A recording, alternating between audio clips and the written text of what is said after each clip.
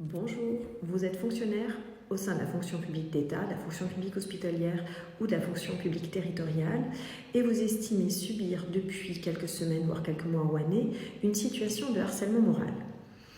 Dans une telle hypothèse, il convient dans un premier temps, bien évidemment, de faire valoir cette situation auprès de votre administration et de vos supérieurs hiérarchiques, mais également auprès du médecin du travail, car il se peut, et c'est même très certainement le cas, que cette situation ait des répercussions sur votre santé physique et psychologique. Si le médecin du travail et l'administration n'entament aucune démarche pour faire cesser cette situation, il vous appartient alors de faire une demande auprès de l'administration afin de bénéficier de ce qu'on appelle une protection fonctionnelle. Il s'agit en fait des démarches que l'administration a l'obligation de mettre en place afin de protéger ses agents contre justement toute situation de harcèlement moral. Cette protection fonctionnelle peut prendre plusieurs aspects.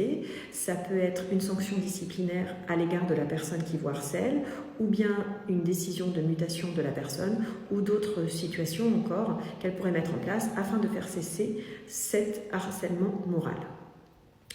Pour réaliser sa demande de protection fonctionnelle, je vous encourage à faire une lettre écrite, en lettre recommandée avec accusé de réception.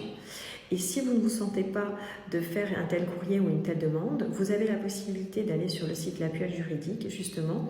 pour trouver un modèle de courrier avec tous les textes qui s'appliquent aux 3 fonctions publiques hospitalières